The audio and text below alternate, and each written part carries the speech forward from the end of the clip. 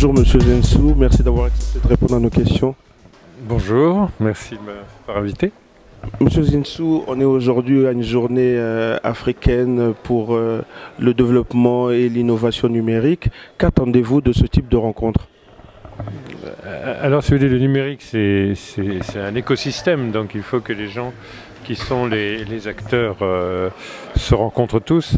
Là, on a les autorités publiques, puisqu'il y a des délégations gouvernementales, puisque à la fois africaines et françaises, mais on a beaucoup d'entreprises, on a à la fois beaucoup de gens qui sont dans l'infrastructure, les satellites, les fibres optiques, etc., des solutions matérielles.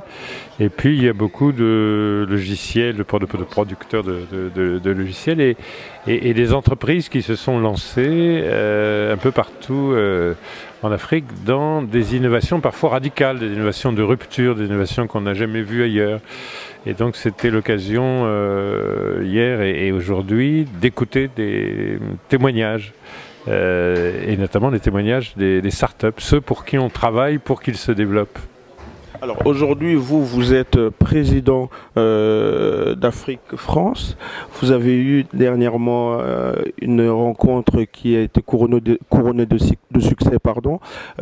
Comment voyez-vous aujourd'hui l'avenir de la presse africaine, puisque à écouter les experts que nous venons de suivre, ils nous parlent d'une mutation vers le numérique, sinon ces acteurs historiques risqueraient de disparaître. Oui, alors la presse, elle est soumise un peu partout dans le monde à des mutations considérables, mais la presse écrite en Afrique, elle avait déjà un problème plus grave que la presse dans le reste du monde. C'est qu'elle n'avait pas tellement la ressource des abonnements, sauf exception, et elle n'avait pas de point de vente. C'est quand même très compliqué, parce que même si vous avez un déclin en Amérique du Nord ou en Europe des points de vente de presse, vous avez quand même des infrastructures de milliers, de dizaines de milliers de points de vente de presse, ce qui n'est pas le cas en Afrique. Donc en Afrique, on n'a plus particulièrement besoin de passer par des formes dématérialisé et de passer par Internet pour la presse écrite. En matière de télévision, on a aussi un besoin de modernisation et de passage au numérique qui est urgent et qui va nous permettre d'abaisser beaucoup les coûts et d'avoir donc une expansion très forte de la télévision numérique. Donc, je veux dire, on est probablement le continent qui a le plus besoin de trouver de nouveaux vecteurs. Alors, on peut avoir la nostalgie de la presse papier, par exemple, mais objectivement, la presse papier, elle n'arrivait pas à trouver de modèle économique. Quand vous ne trouvez pas de modèle économique de presse, ça veut dire que la presse peut être achetée, ou qu'il faut qu'elle soit subventionnée, achetée par des intérêts économiques, ou elle doit être subventionnée par des États. Mais dans les deux cas, ça n'est pas très bon pour l'indépendance de la presse et la qualité de la presse. Est-ce que les acteurs aujourd'hui qui sont dans le numérique trouvent déjà leur modèle économique? Existe-t-il en tout cas aujourd'hui un modèle économique pour un groupe de presse qui serait sur la toile? Non, je crois que partout dans le monde, c'est quelque chose qui est en cours d'élaboration. C'est beaucoup plus facile pour la presse professionnelle. Moi, je suis avec attention la presse financière, par exemple. Ecofin, l'agence Ecofin, je crois qu'elle est en train de trouver son modèle économique.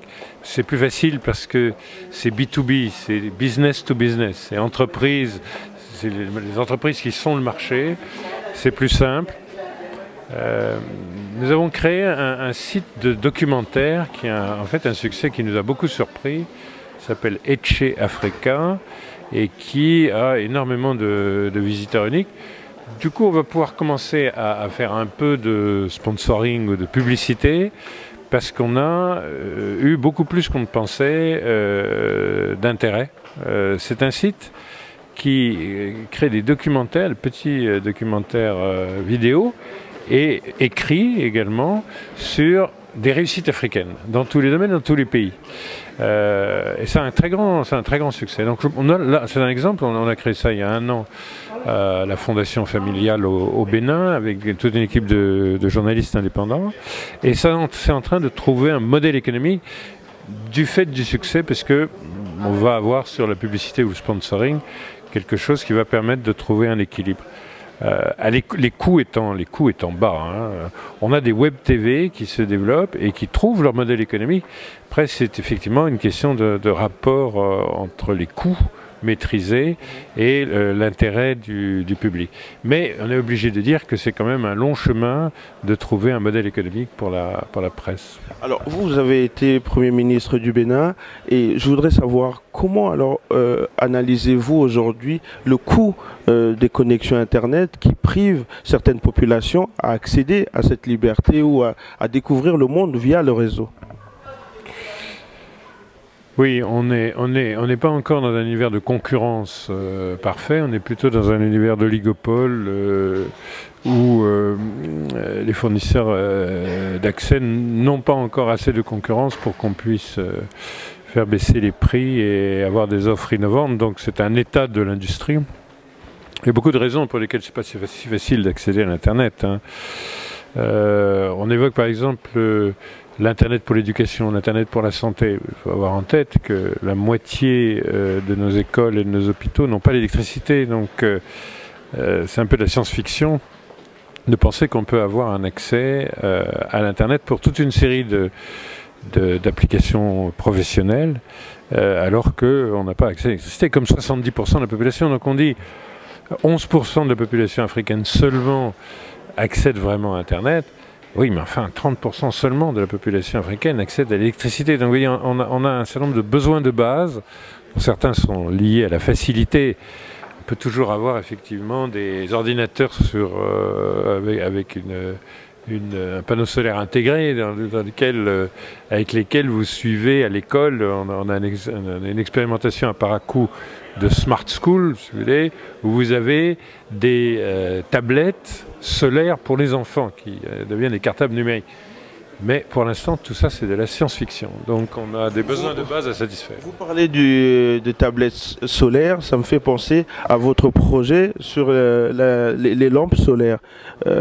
Quelle est la suite à ce projet, puisque vous n'êtes plus aux manettes? Comment ça va se passer? Donc on s'est aperçu que les besoins de lumière et de connectivité sont les besoins principaux d'énergie, avant des besoins plus sophistiqués qui vont se manifester beaucoup parce que les artisans en ont besoin, etc. Mais déjà la lumière et la connectivité, c'est quelque chose qu'on peut donner à 100% de la population africaine à des coûts très bas avec les prix que les panneaux solaires ont atteint, les lampes solaires ont atteint. Ce qu'on a fait en quelques mois, c'est l'expérience logistique et avant la logistique de production de masse des lampes solaires dont on a besoin. Ce qu'on n'a pas eu le temps de faire, donc maintenant grosso modo on sait du sud du pays, de la côte jusqu'au nord, la vallée du fleuve Niger, livrer à toutes les familles du Bénin des lampes solaires en passant par les écoles, par les enfants, par les chefs de village pour les compléments.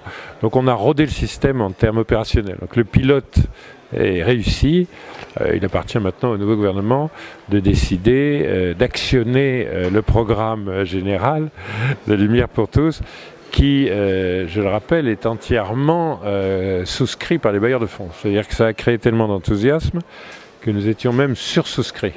Et donc là maintenant il faut que l'administration béninoise fasse quelque chose, même si elle n'est plus inspirée par les mêmes, quelque chose de surhumain. Il faut qu'elle applique, alors que c'est entièrement financé par l'ensemble des coopérations du monde, que les programmes industriels sont très simples, que toute l'organisation logistique, douanière, tout est en place, que les producteurs de lampes sont partisans de créer des lignes de production au Bénin pour l'extension demain de l'expérience à d'autres pays. Il faut que l'administration béninoise fasse quelque chose d'extraordinaire. Tout est prêt, tout est financé, et il faut qu'elle le fasse quand même. Eh bien, dans notre pays, parfois c'est difficile que l'administration fasse tout quand tout est prêt et que tout est financé, mais j'ai quand même bon espoir que c'est important pour le gouvernement actuel. Est-ce que les Béninois pourront compter sur vous encore une fois, ou on va simplement vous retrouver dans les rendez-vous à Paris ici? Non, mais je suis ici parce qu'on m'a invité, si vous voulez. Moi, je suis un homme poli. Demain, je suis à Lagos, après-demain, je suis à Cotonou. Et avant-hier, j'étais à Dakar. Et il y a 3 jours, j'étais à Lomé. Si vous voulez, je n'ai pas à rendre compte de savoir si je donne mes rendez-vous à Paris ou ailleurs. Non, mais, quand on m'invite à Paris, je suis à Paris. quand je dois aller travailler à Lagos, je vais travailler à Lagos, et quand je veux aller me reposer chez moi le dimanche, je vais me reposer chez moi le dimanche à Cotonou. Donc, vos sympathisants béninois, alors... sympathisants béninois, si vous voulez, dans le moment où nous sommes, qui est un moment où il est très important que chacun fasse son métier pour le développement du pays, au service du pays, j'espère bien qu'ils m'accompagneront dans des projets de développement. Et on parlera politique le moment venu. Mais là, il y a des projets de développement. Lumière pour tous, c'est un exemple qui est à la frontière du développement économique et du politique. Si le gouvernement souhaite qu'on l'aide à aller au bout du projet, on se mettra à la disposition du gouvernement. Si le gouvernement décide que ce n'est pas raisonnable d'apporter la lumière à 70% de nos concitoyens, on le fera plus tard. Une dernière question, Monsieur le Ministre, ce serait de vous demander juste votre regard par rapport à ce qui se passe, par exemple, en Afrique centrale et en RDC, d'où je suis originaire. Comment analysez-vous la situation politique dans ce type de pays ? Chaque pays a une histoire particulière. On ne peut pas donner de leçons à un autre pays à partir de l'expérience de son propre pays. Nous avons une situation particulière. On est dans une certaine stabilité politique, avec un consensus des acteurs politiques pour, quels que soient les problèmes qu'on peut avoir dans les scrutins, comme tout le monde, qu'il y ait une acceptation des résultats et qu'il n'y ait pas de troubles à l'ordre civil. C'est venu depuis 25 ans et ça a été respecté très largement depuis 25 ans. Dans les 30 ans qui ont précédé, nous avons eu le record de coups d'État d'Afrique. Le record. Bon. Et puis, petit à petit, il s'est formé dans la société civile une volonté de renouveau démocratique. On a eu 18 ans de révolution marxiste-léniniste. Il y a certains pays d'Afrique centrale qui ont connu ça. Il y en a d'autres qui n'ont pas connu. Votre pays ne l'a pas connu. Il a même, pendant la guerre froide, été le symbole de la résistance aux révolutions marxistes-léninistes. Bon, chacun a son histoire. Nous, après 35 ans, 30 ans de coups d'État répétition, et de révolution imposée, puisque le pays n'est jamais devenu marxiste-léniniste à aucun moment, donc une dictature marxiste-léniniste, il y a eu une volonté de stabilité par rapport au coup d'État et une volonté de vérité dans les urnes par rapport à un régime de marxiste-léniniste qui gagnait toutes les élections à 99%, si vous voulez, et donc on a fini par trouver une solution. Ce que j'espère, c'est que les dialogues qui ont été initiés au fil des mois et des années vont permettre de trouver une certaine stabilité politique. Il me semble que même en Afrique centrale, il y a eu beaucoup de progrès dans la stabilité politique et des améliorations de gouvernance.